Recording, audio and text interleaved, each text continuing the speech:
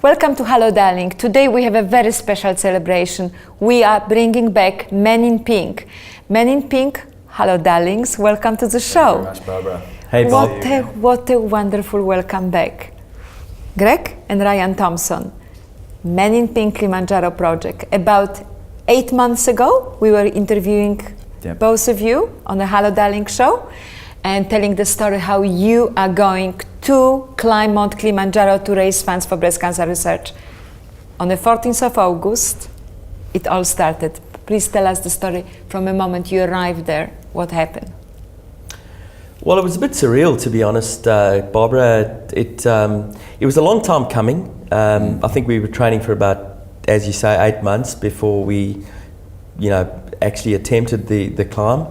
And I think about 4 weeks before, we were like, bring this on. It's now time. We were fit. We were ready. And then, of course, landing in a country like Tanzania really brings things home. You're in a really rural African country, and all you've got is a challenge to climb this monster of the roof of Africa, being Kilimanjaro. So we eventually got to the foot of the mountain, and we were ready to go. So what was your last meal before you climbed? A real meal? When? For example, what do you eat when you climb? At the hotel, we had they just had like a buffet set out for us. So it was, the food was great. But and are you allowed to eat as much as you want? Night before? Yeah, yes. Yeah. You can.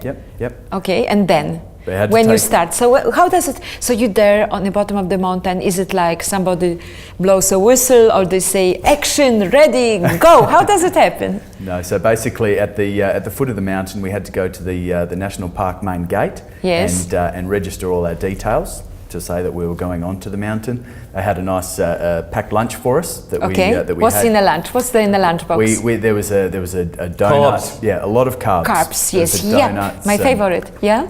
Some chicken leg, orange. So a lot of good high energy, high carb food. Yes. And so that was pretty much our last somewhat civilized meal before we jumped back on the bus and went to the starting point. Now, how many people are in a bus?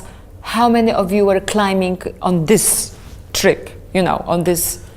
Look, it's a good question, because we didn't know till we really actually got to the starting gate. We had heard there was 8 of us. There was 4 of us in our team from the Men in Pink team, but we ended up being 12 people. And how many finished the climb? 11. 11. So it must be a pretty good average. It is. Well, that was a pretty good average. So you climb first day. Tell us about the viewers about the first day, first climbing motions. I think one of the first points where it really fell into perspective was when we were on our way to the national park main gate. You could see the mountain just sitting there in the background and waiting for you. And it looked huge. It really looked huge. I have a news, it is huge.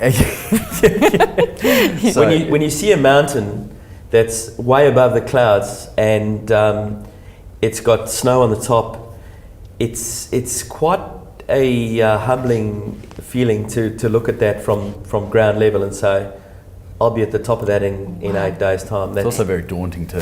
Incredible. Did you have a moment where you thought, OMG, what did I do? Why am I doing There this? were definitely some OMG moments, but there weren't any regrets at that point. So the first few days it was quite a nice hike. It was tough. It was up and down, but it's the points where you thought, oh my God, what am I doing? Yes. That came on the last day. What was the toughest? The last day? Yeah. So how many days did you climb altogether? 6 days, preparing yourself to summit. Yes. That gets you to base camp. On the 7th night, you leave at sort of McNaught. We actually were quite fortunate. We left at 11 p.m. Yes. So we got ahead of the crowd, because it's peak season to climb Kilimanjaro. Probably 100 people summited the same day as us. Mm-hmm. But at 11 p.m. we left. and it took us 8.5 hours Yes. to summit. Yes. And minus freezing, 15 degrees with wind chill. And it's you dark. And you wore the suits. You wore all Yes. the time the pink suits. Not all the time, of course. We had to, the practicality of wearing the suits was not exactly, I know. appropriate. Yes. So we had our gear, but we regularly put on the suits and did, a lot of the climb in our suits, of course. Did you have a lot of questions from, passing by? Nobody's passing by on the mountain, but before you climbed the mountain, hi guys, you look great, but why are you wearing pink suits? Or was it just announced obvious? We were a hit. We were a hit on the mountain. We told a Yes. lot of people. Spread like wildfire, didn't it, We Greg? told a lot of people our story, and we got a lot of support. We even met a gentleman in the airport. Yes. And he came up and asked us about the t-shirts because we were wearing our mini print Please t-shirts. show the t-shirts to obviously. the viewers. So we were wearing these at the airport, Yes. and a gentleman came up and said to us, he said, "Look, I see you guys are, trying Kilimanjaro." We said, "Yeah," and he To said, raise funds for... to raise funds for breast cancer research. Now, the beautiful part about it is his wife passed away from breast cancer, Wow. and he'd actually tried climbing Kilimanjaro for breast cancer as Oh. well. The year before, yeah. Yeah, the year before, and he didn't make it. Amazing. So he actually, flicked us a donation there at the airport to say, "Please, guys, thanks." So How incredible. he's one of our Facebook friends. So I was following the Facebook posts and thank you for keeping everyone up to date. I believe that you had some great news on the first or second day about your sister-in-law who is... Oh, absolutely, Barbara. The reason for my climb, the inspiration for me was my sister-in-law was diagnosed with breast cancer, very aggressive form of breast cancer 12 months ago. Yes. So it was quite relieving to find out that the day we actually got to the foot of the mountain, she was diagnosed that she was in remission for...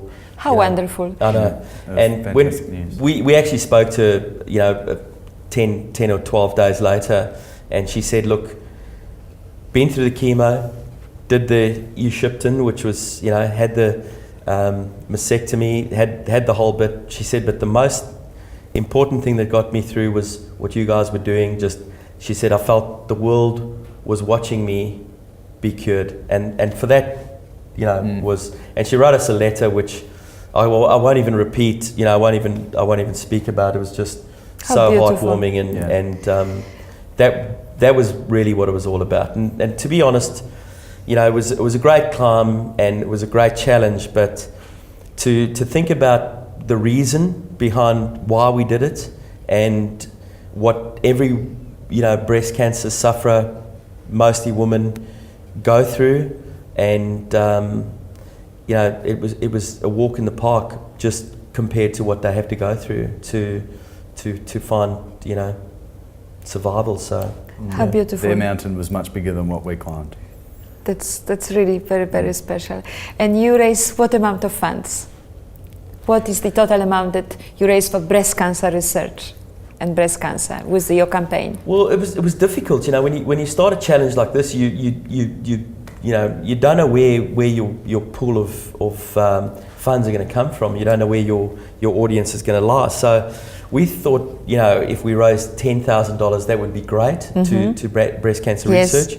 And then we thought, we'll throw out a bit of a challenge. Pump it up a bit. 20. Yes. And of course, we actually were very, very fortunate to be sponsored by the Acton Group, being the regional owners as well as the affiliated companies, to give us the opportunity to raise $19,000 towards that. So it was all of a sudden we had reached our goal, just short of reached our goal. Obviously our companies and our clients and the sale of the t-shirts will hopefully get us up to what will be the figure, hopefully Should be around about 30,000. So Congratulations, absolutely fantastic. Yeah. Now may I ask, the pink shoes, did you wear them? Obviously you didn't wear them while you were climbing. You had to have the proper hiking shoes, yes? Yeah, we had our proper hiking boots, but the shoes we left at home, we didn't want to get them too dirty because our hiking boots did get very dirty. Yes. But what we actually did was we got them washed up, and we donated those to some of our guides, because these people are literally walking up in joggers, and they're doing it on a week in, week out basis. So we thought, why not? Why shouldn't they have a nice, comfortable pair of good hiking boots to climb the mountain? So we donated those to some of the guys. Fantastic. Well, Ryan and Greg, Men in Pink, I think we should really cheer and celebrate and welcome you back. And I think that what you did is just incredible. And what's next? Great question. We've got to come up with a few ideas, so if any of the viewers out there have any ideas, please get on our Facebook page, because we will be doing something again. Yes. We will definitely be doing something again. What? We're not quite sure. People keep saying to us, so what's next? Everest? Yes. Goosh.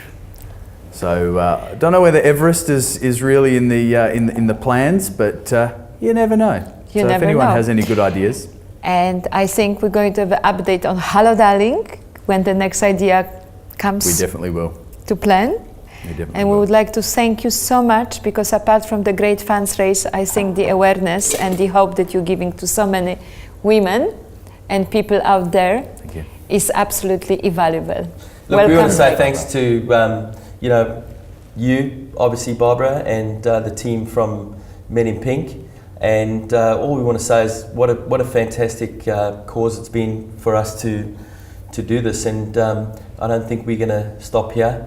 There will be another challenge. There will be. And we've just got to figure out which one that's going to be. Thank you very much. Thank you. Cheers. Cheers. Cheers. And that's for today from Hello Darlink. We see you on the next show. Thank you.